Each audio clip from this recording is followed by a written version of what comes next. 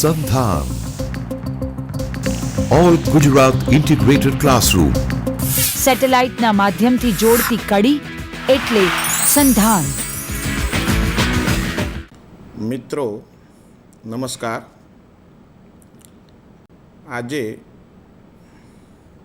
દક્ષિણ ગુજરાત યુનિવર્સિટીમાં core compulsory અને કોર ઇલેક્ટિવમાં પેપર 2માં ચાલતા પંચરાત્રમ ભાસરચિત પંચરાત્રમ વિશે હું કંઈક કહીશ. એની સાથે સાથે દક્ષિણ ગુજરાતમાં રૂપક સાહિત્યનો પરિચય, રૂપક પ્રકાર, ભાસ સંલગ્ન ભાસ કર્તૃત્વ સમસ્યા આદિ અને પંચરાત્રમને અભ્યાસક્રમમાં એમણે મૂક્યા છે. ગુજરાત રાજ્યની અન્ય યુનિવર્સિટીઓમાં આ અભ્યાસક્રમમાં નથી. ભાસ વિશે આપણે બધા જ જાણીએ છીએ. કદાચ મોટાભાગની યુનિવર્સિટીઓમાં કમ્પલસરી સંસ્કૃતમાં સ્વપ્નવાસોત્તમ ભણાવવામાં આવે છે અને એ સંદર્ભે પણ આપણે બધા ભાસ સાથે જોડાયેલા છે. સૌપ્રથમ રૂપક વિશે આપણે જોઈએ. 10 રૂપક નાટ્યમ ભિન્ન રુચિર્જનસ્ય બહુધા અપી એકમ સમારાધનમ. કાલિદાસે આ ઉક્તિ નાટ્ય માટે સર્વથા સત્ય છે. ભિન્ન ભિન્ન રસ ધરાવનારા લોકોના મનોરંજનનું એકમાત્ર સાધન નાટ્ય છે. અમરકોશમાં નાટ્ય માટે નૃત્ય, ગીત તેમજ વાદ્ય આ ત્રણના સમુદાયને નાટ્ય કહ્યું છે. આચાર્ય ભરતે નાટ્યશાસ્ત્રમાં નાટ્યના સ્વરૂપનું નિર્વચન માટે અનુકરણ, કીર્તન અને અનુદર્શન શબ્દનો પ્રયોગ કર્યો છે. ભટ્ટોજી દીક્ષિતે પણ વાક્યાર્થ અભિનયને નાટ્ય કહ્યું છે. આચાર્ય ધનંજયે 10 રૂપકમાં અવસ્થાનુકૃતિ નાટ્ય, અવસ્થાના અનુકરણને નાટ્ય કહે છે. દૃશ્ય અર્થાંત આંખોથી જોઈ શકવાને કારણે આ નાટ્ય જ રૂપ પણ કહેવાય છે. તેમજ રામ વગેરેની અવસ્થાનો નટમાં આરોપ થવાના કારણે આ નાટ્ય જ રૂપક તરીકે પણ ઓળખાય છે. આ રીતે નાટ્ય, રૂપ અને રૂપક આ નામોના નિર્દેશથી પ્રવૃત્તિ નિમિત્તનો ભેદ બતાવ્યો છે. મિત્રો, આ રૂપક જે છે એ રૂપક આચાર્ય ભરત, તેને અનુસરતા ધનંજય, વિશ્વનાથ આદિ આચાર્યોએ 10 પ્રકાર બતાવ્યા છે. એ સિવાય ઉપરૂપકોના પણ 18 પ્રકાર બતાવ્યા છે. નાટક, પ્રકરણ, ભાણ, પ્રહસન, ડીમ, વ્યાયોગ, સમવકાર, વિધિ, અંક અને ઇહામૃગ આ રૂપકના 10 ભેદ છે. ભોજ અને આચાર્ય રામચંદ્ર અને ગુણચંદ્રએ એમાં 2 પ્રકારોનો ઉમેરો કરી અને રૂપકના 12 પ્રકારો ગણાવ્યા છે. ભાસ વિશે આપણે 20મી સદીના પ્રથમ સૈકા સુધી માત્ર નામ જાણતા હતા. એમની કૃતિઓના નામથી પ્રચલિત હતા, પરંતુ એમની યત્ર તત્ર પ્રસિદ્ધિ જ સાંભળી છે.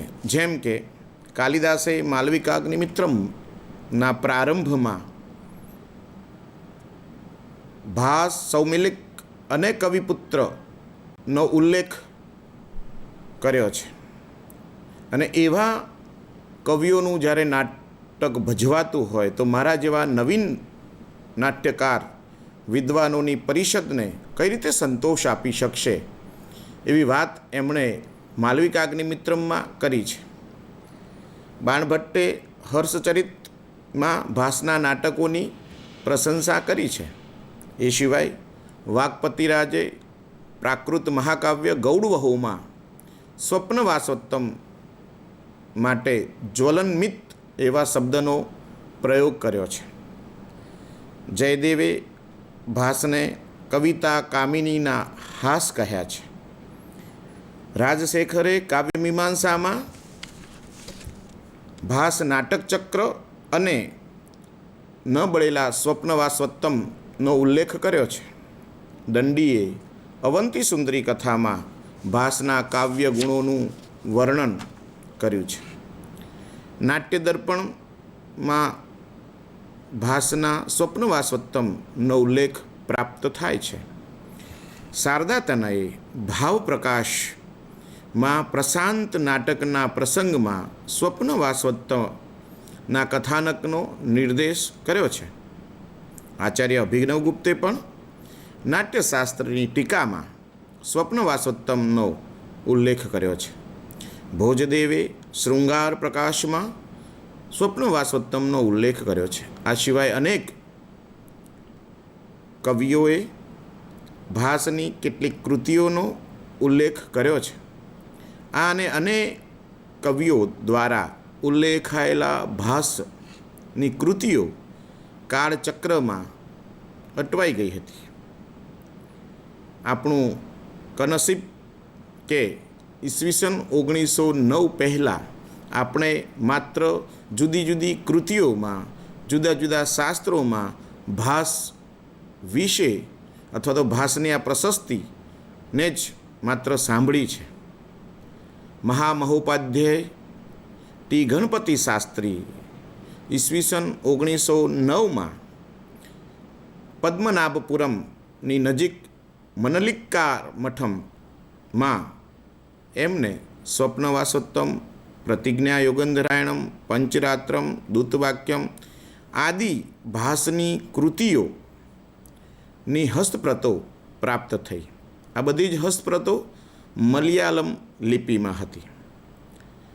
એ સિવાય કૈલાસપુરમના એક જ્યોતિષી પાસેથી તથા ત્રિવેન્દ્રમ રાજાપ્રસાદ પુસ્તકાગારમાંથી અભિષેક નાટકમ અને પ્રતિમા નાટકમની હસ્તપ્રત પ્રાપ્ત થઈ.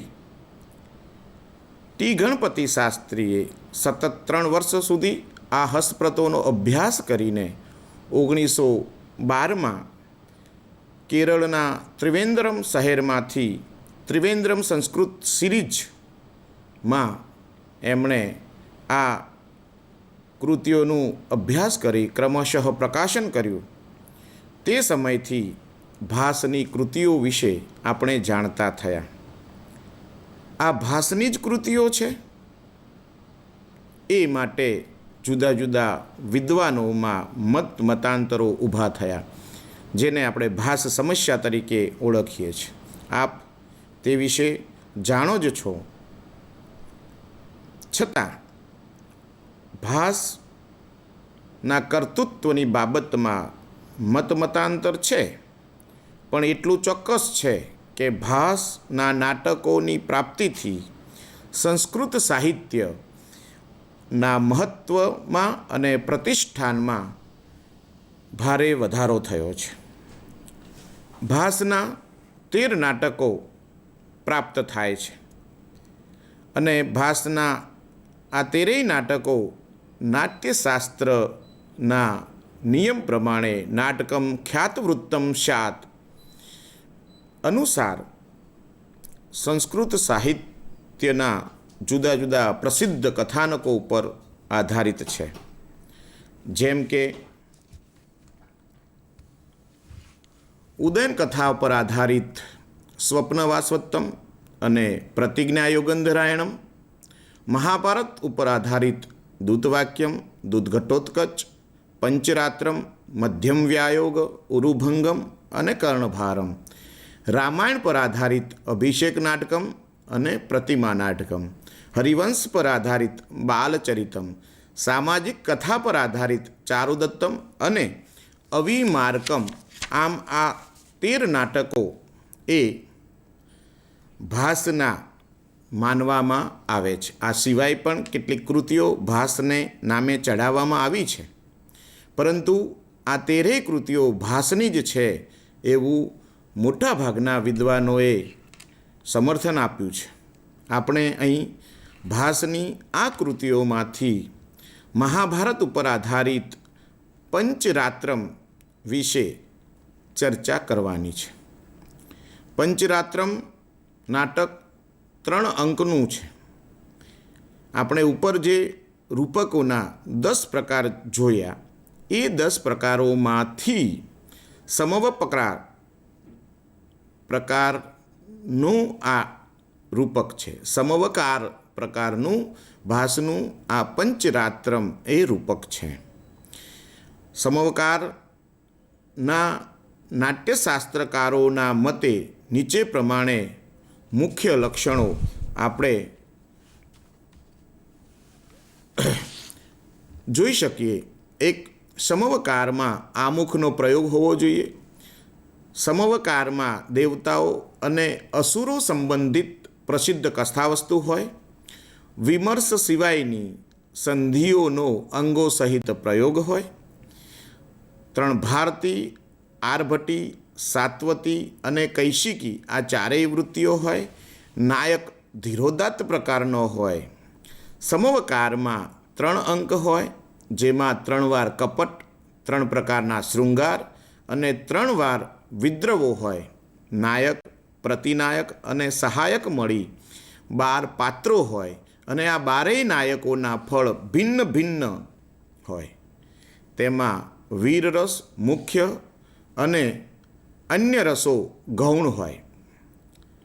પંચરાત્રમના નાટ્ય પ્રકાર વિશે વિદ્વાનોમાં થોડા ઘણા અંશે વાદ વિવાદ છે, છતાં તેમાં મોટે ભાગે સમવકારના લક્ષણો ચરિતાર્થ થાય છે અને એથી કેટલાક વિદ્વાનોના મતે વ્યાયોગ અથવા નાટક પ્રકાર બતાવવા છતાં એ વ્યાયોગ અને નાટક એ રૂપક પ્રકારમાં પંચરાત્રમ આવી શકે એવી સ્થિતિમાં નથી. સમવકારના જે લક્ષણો છે એ વધુ એને ચરિતાર્થ થાય છે. આપણે પંચરાત્રમની આ કથાવસ્તુને જોઈએ તો એ મહાભારત ઉપર આધારિત છે. મહાભારતના વિરાટ પર્વ અને આ વિરાટ પર્વના અધ્યાય 7થી 71 સુધી આવતી કથાનો અહીંયા કવિએ આધાર લીધો છે. પણ એમાંથી માત્ર કીચકવધ, ગોગ્રહણ આ બધી કથાઓને એમણે આધાર લઈને પોતાની મૌલિક દ્રષ્ટિએ, કાલ્પનિક દ્રષ્ટિએ એમાં આખી કથા વસ્તુને બદલ્યો છે. આખા નાટકને એમણે કલ્પનાથી શ્રેષ્ઠ બનાવવાનો પ્રયત્ન કર્યો છે. આ 3 અંકના નાટકમાં 5 રાત્રિઓની સમય મર્યાદામાં અજ્ઞાતવાસમાં રહેલા પાંડવોની ભાળ મેળવવાની દુર્યોધનની શરત દ્રોણ પાડે છે અને તે શરત પ્રમાણે પાંડવોને અડધું રાજ્ય આપવા સંમત થાય છે. તેના આધારે આનું શીર્ષક પંચ રાત્રમ એવું રાખવામાં આવેલું છે. અહીંયા મહાભારતના ભીષણ યુદ્ધની કથાને ન લાવવી પડે, મહાભારતના ભીષણ યુદ્ધને અટકાવવા, પાંડવોને ધર્મયુદ્ધ ન કરવું પડે, પાંડવોને જે જરૂર છે એ પોતાનું અડધું રાજ્ય શાંતિથી, સમજાવટથી અને સમાધાનથી મળી શકે એવી કલ્પના કરીને અહીંયા ભાસે આ પંચરાત્રમની કથાને પસંદ કરી છે. એમણે દુર્યોધનના પાત્રમાં ઉદાત્તતા લાવવાનો પ્રયત્ન કર્યો છે. જે દુર્યોધન આપણા બધાના મનમાં દુષ્ટ વૃત્તિનો દેખાય છે, એ દુર્યોધનના પાત્રને ઉદાત્ત બનાવ્યું છે. દુર્યોધન શબ્દ સાંભળતા જ આપણા માનસપટમાં દુષ્ટતાનો સંકેત આપોઆપ આવે છે. પણ અહીંયા આ નાટકમાં રહેલ દુર્યોધન એ તેનાથી વિરુદ્ધ પ્રકૃતિનો ભાસે કલ્પ્યો છે. અહીંયા રહેલ દુર્યોધન એ પોતાના ભાઈઓ પાંડવોને માત્ર 5 રાત્રિઓમાં જો દ્રોણાચાર્ય આદિ ગુરુવર્ય અથવા વડીલોથી એમને શોધવામાં આવે તો તેમને અડધું રાજ્ય પાછું આપી દઈશ એવું વચન આપીને નાટકના અંતે એ પાછું આપવામાં આવે છે. મિત્રો, આ એક ભાસની અનેરી કલ્પના છે. સમગ્ર મહાભારતમાં આ કથા ક્યાંય જોવા મળતી નથી. મહાભારત સિવાયના અન્ય પુરાણોમાં કે અન્ય કોઈ કથાઓમાં, પાછળની કથાઓમાં પણ આ પ્રકારની કથા કોઈએ આલેખી નથી. ભાસના આ પંચરાત્રમને આપણે વિશેષતઃ જોવાનો પ્રયત્ન કરીએ. ક્યાં ક્યાં ભાસે પંચરાત્રમાં એની ઉદાત્તતા બતાવવાનો પ્રયત્ન કર્યો છે, આ કથાતંતુને કઈ રીતે એણે આગળ વધારી છે, અને આ 5 રાત્રના અંતે નાટકનું ફળ કેવું પ્રાપ્ત થાય છે એને આપણે વિશેષતઃ જોઈએ.